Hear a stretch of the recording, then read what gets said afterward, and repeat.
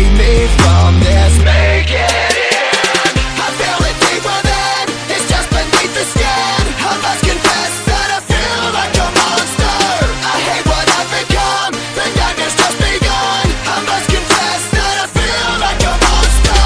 I feel it deep within. It's just beneath the skin. I must confess that I feel like a monster. I feel like a monster. I feel like a monster.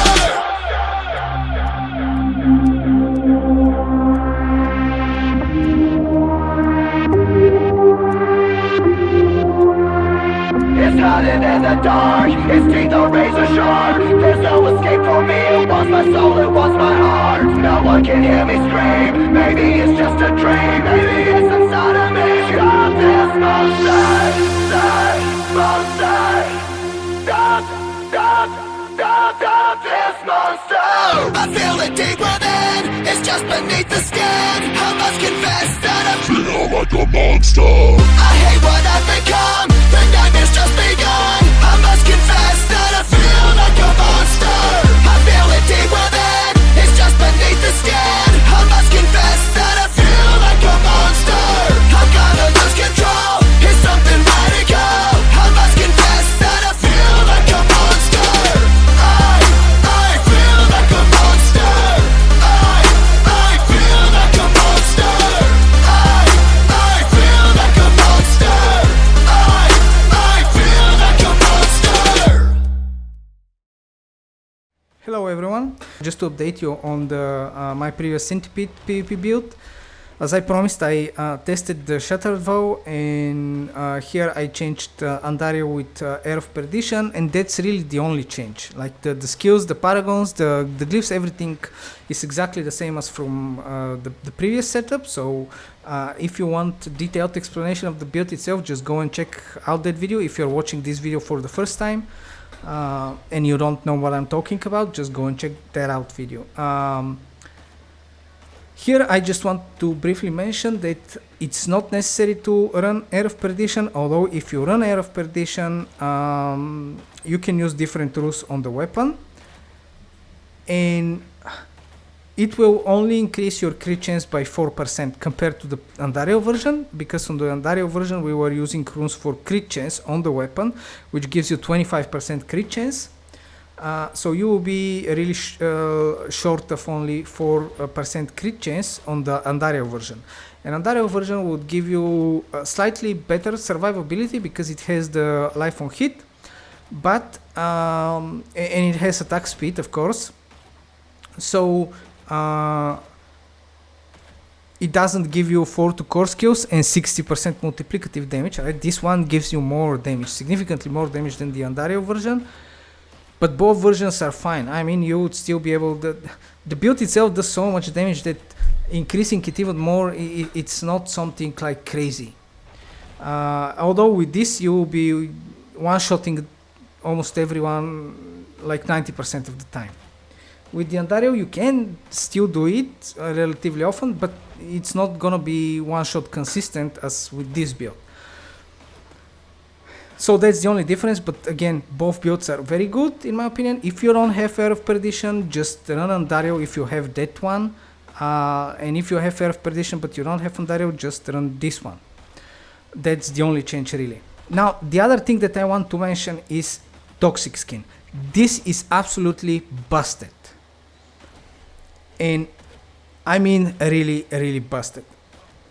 So what it does, I didn't comment extensively on this my previous video, although I told you that you should take this, but this is really busted, and I'll explain it here. Why is this? So as you can see, the passive is that enemy that attacks you are poisoned, and this means that like damage over 3 seconds, right? So it's damage over time. It's considered as damage over time. That's one thing. Now it means that don't take the active effect here, like active your toxin overflows, applying poisoning in a trail. That's just it really doesn't matter that much. Although it makes you unhindered, and that then, you know, because we take this one, that you deal 12% increased damage while unhindered on unstoppable. That's quite nice, but that's not the main reason for the toxic skin. The modifiers are what makes this absolutely busted. And you have to activate the skill though for them to work. So as you can see, while active, toxic skin's poisoning is increased by 100% over 3 seconds. So that means 100k poison damage. And then the second one is, while toxin skin is active, you deal an additional 13,000 poison damage as critical strikes to nearby vulnerable poisoned enemies every second. All of these things are absolutely busted and broken, as you could see in the video. Sometimes there are situations that I don't even have to hit them. I just have to activate it and just walk. They can attack me, and especially the quill volleys, Spiritborns, they can shoot at mobs and you just go through the quill volleys and they will one-shot themselves. They will just purely one-shot themselves. Why? How is it possible that they can one-shot themselves with just, 100k poison damage? Right? Because 100k poison damage shouldn't one-shot you necessarily, right? If you especially the quill volleys builds that they have, like if they are doing trillions of damage, it means that they have something like 15-20k life, and you can see I'm running on 8.5. So they shouldn't be really one shot from just 100k poison damage, given the fact that there is 92% damage reduction in PvP as well. So how comes this? Well, it's simple. All the interactions are absolutely busted here with toxic skin, and the weapons and the passives. So for example, take a look at Noxious Resonance here. Your critical strikes cause your poisoning on an enemy to burst, dealing 100% of the poisoning instantly to them. So, and this is, this is increased by 30% of your crit strike damage bonus, and my current crit strike damage bonus is 310% multiplicative damage. That's a shit ton of damage. Okay? Now we are not talking just about 100k poison damage. Right? These multipliers, when this crits, the poison damage over time here on the Spiritborn can crit if you take this, and this damage is further multiplied by this bonus. That's one insanity. The other is that enemies afflicted by more damage over time than their remaining life are executed. And this seems to work in PvP. Not only that, we are also playing Decrepify. Now, the sad part about Decrepify is here that you have 1.2 seconds, which is nothing. I mean, take a look. And it's already activated, right? It's just so short. You just go, and it's here. The problem is that you're one-shotting them so fast that even 1.2 seconds is too long to activate this. If you have time to activate it, like let's say that you build this to a certain extent, and then now, as you can see, it's like 90 or 95% full. It means that if I go and hit it, it will activate it immediately. Just take a look now. Okay, this will certainly one-shot anyone, because you're proccing the Decrepify, which helps you execute them. You have the execute from this one, and you have all the crazy interactions with Toxic Skin and the Noxious Resonance. Like, as you could see, either when you activate Toxic Skin, they're just one-shotting themselves. Like, at least half of the people are just one-shotting themselves. If I don't go and one-shot them, they're the one-shotting themselves. This build is absolutely busted. And it's so broken. It's so broken. And you know what? What's the craziest part of this build?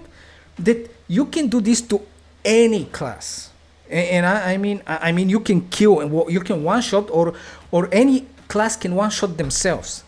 And by any, I mean dodge-based classes as well. Dodge Spiritborns, dodge rogues, they can one-shot themselves if they hit you while you have toxic skin active.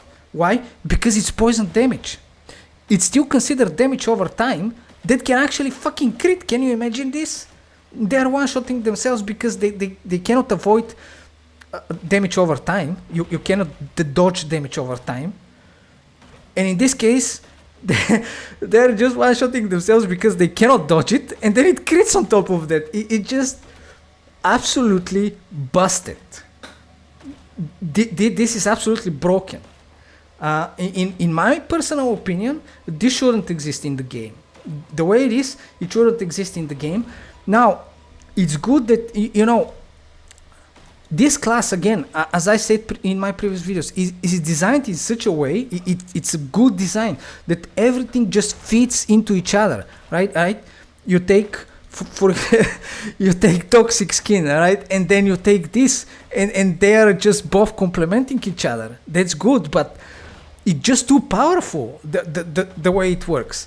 Like, this one, the passive is fine. If it's only the passive, right, it's still good amount of poison damage that they are taking, and especially it's over 3 seconds, right? If it's let's say over 6 seconds would be more reasonable, because that's still quite high damage for just 3 seconds.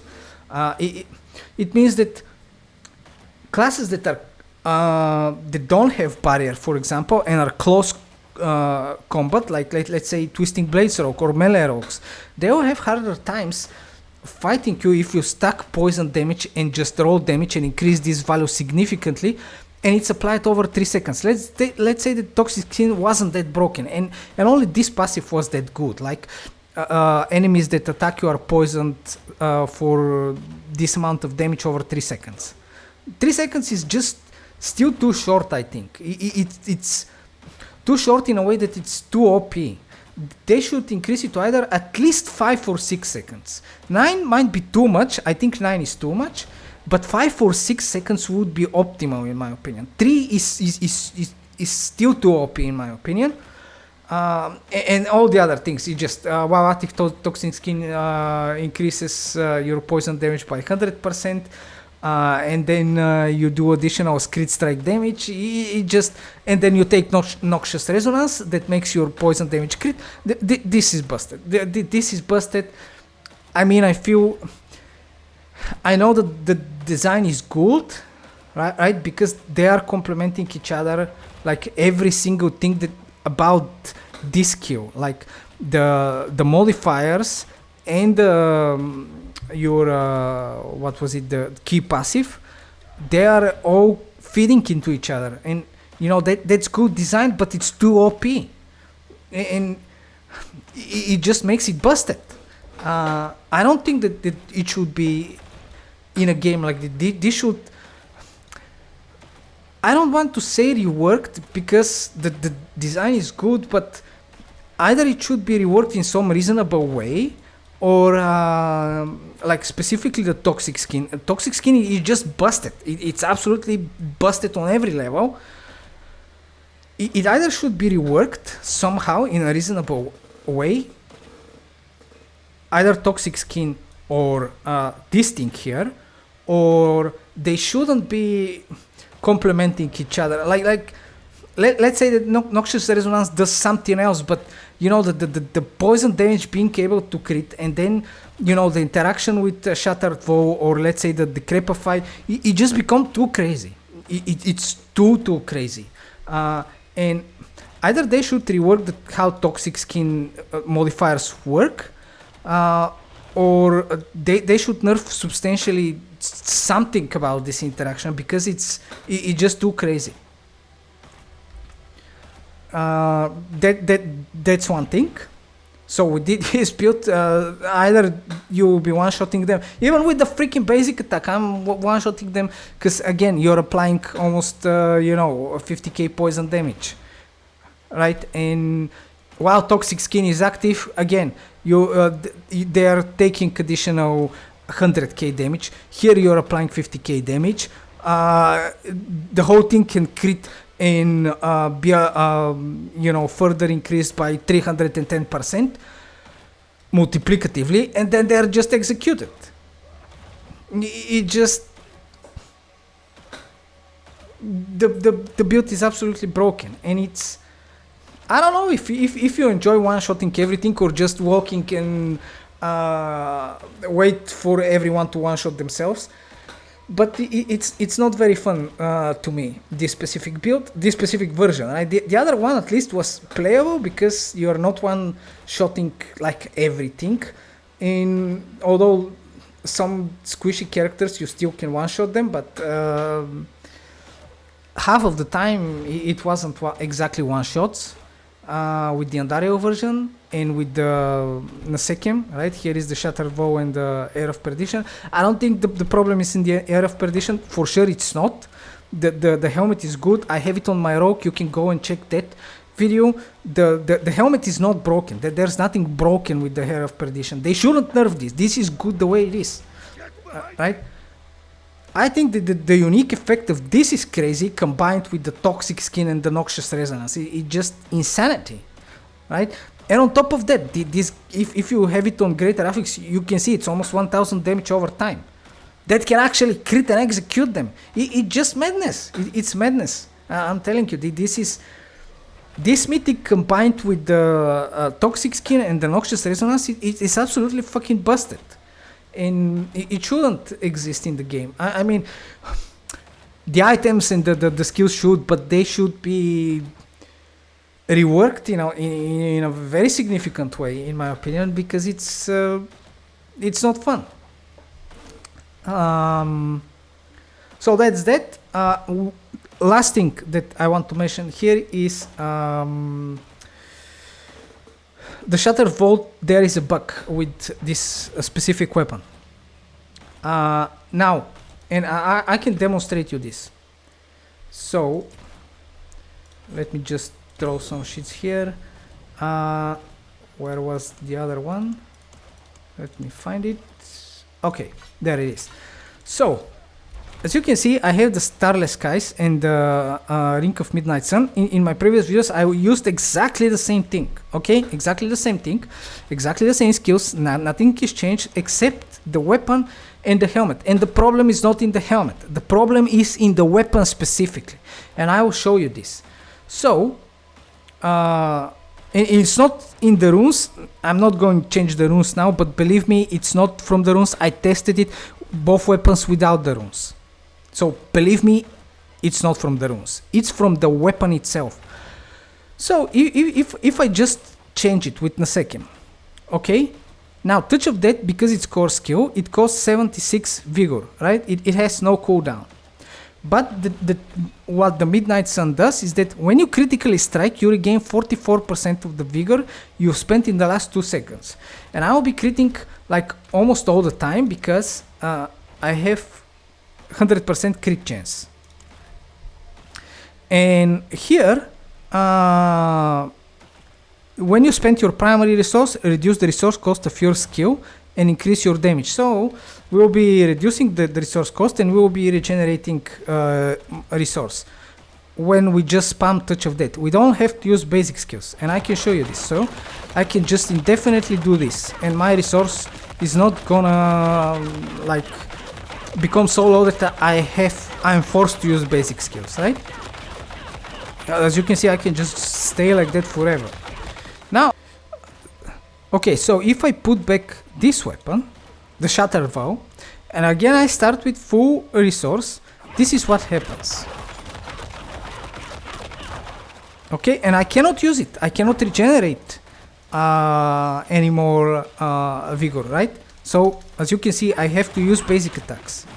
Then I can use it again. And now I can't use it again because the resource is not regenerating. The only difference is the weapon. And I'm critting. I've tested it even with 100%. Now I know that it's 93. You can say yes, but there is 7% chance that you are not critting. I've tested it. I changed the runes with the runes that give you 25% crit, and I was at 100% crit all the time. The effect was exactly the same. I'm telling you, it's specifically from the weapon. So then the question arises, why with this weapon we cannot regenerate enough like vigor? And I'm not sure really which effect is being affected here. Is it the starless sky or is it the midnight sun? And I cannot really test exactly which one, although, for example, this one works kinda, because when I start at full, I can still regenerate some energy, right? Until I fall to a level that I cannot use it because I have less than 76. But the other thing is that with the starless sky, you have to use it at least 2 times to start reducing the cost.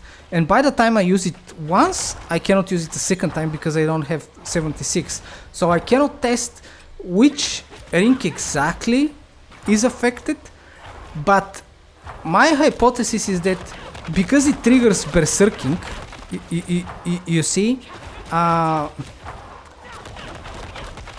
and it might be the midnight sun, although I'm not sure, because you can see that I'm still regenerating some, but it's not regenerating as much, and I think it's because of the berserking.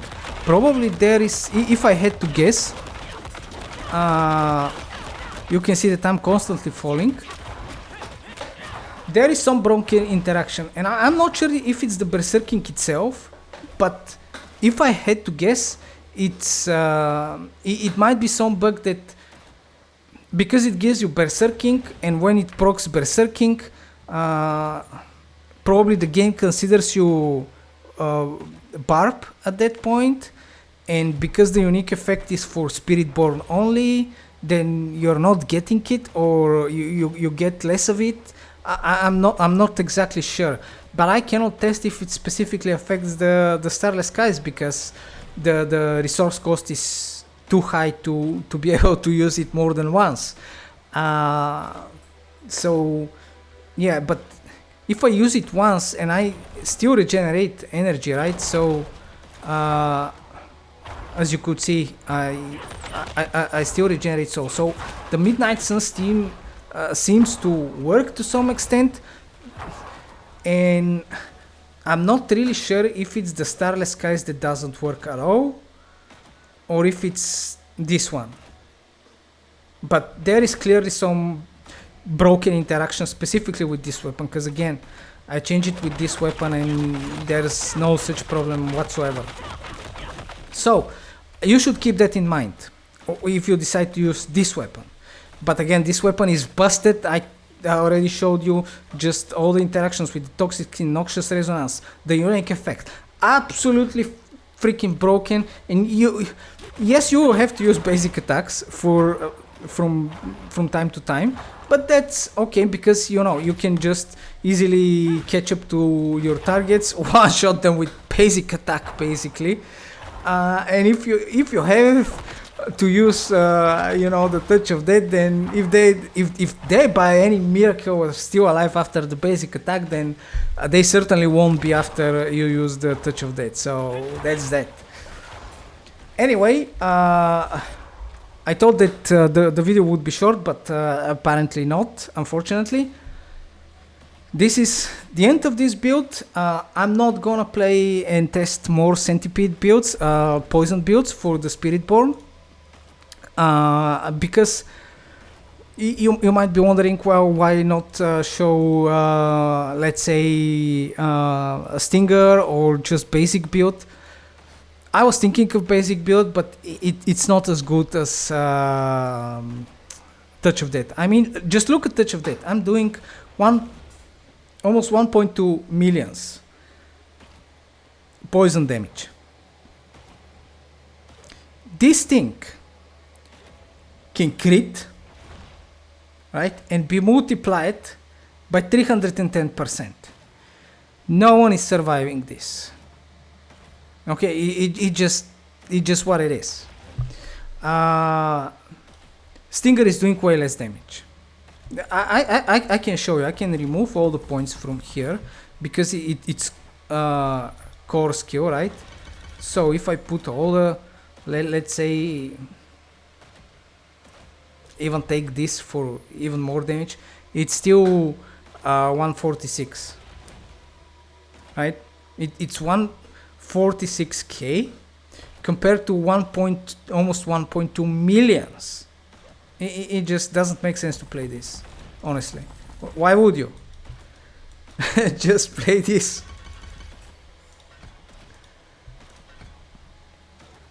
So that's the reason why I'm not interested in Stinger. I tried Stinger. Believe me, it really sucks compared to Touch of Death. This one also sucks compared to Touch of Death.